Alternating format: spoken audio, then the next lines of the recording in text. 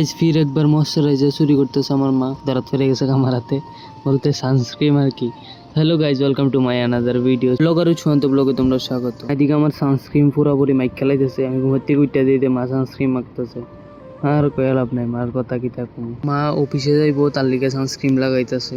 রৌদ্র তো বাইরে প্রচুর, তার লিগে আমি কইছি।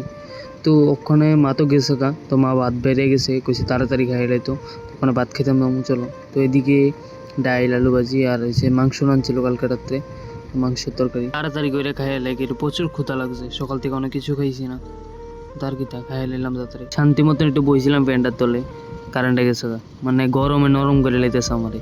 তাহলে কি তা একটু বাইরে যাবো, পরিবেশের একটু হাওয়া খামো, নাহলে তো আর কিছু করার নাই, কারেন্টটা তো গেছে কি তা করুম। ব্যাড লাক ওরা আমার, মানে এত গরম ফালাইছে।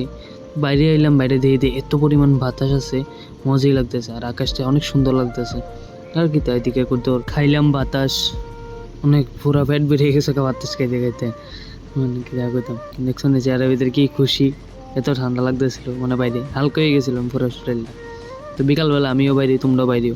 তারপরে কি তা বন্ধুরা লোক একটু ঘুরতাম, বাইরিলাম। অনেকদিন হয়েছে ঘোরাঘুরি হয় না, তার লিগে বন্ধুরা লোক একটু বাড়িলাম, আড্ডা মারলাম। কলেজ লাইফে আইসি, ওখানে আর স্কুল লাইফের বন্ধু বান্ধবরা পাইতাম না, পাইলেও কম। দেখো আমার লেখাটা কি সুন্দর লাগতেছে। তো এদিকে চাট খাইলাম আর বন্ধুরা লোকে খাই সেটা একটু জুতা কিনতাম গেলাম, জুতা আর বেল্ট। আমার বেল্টটা ছিঁড়ে গেছিল, বেল্টও লইলাম। আজকে লিগা বাই বাই।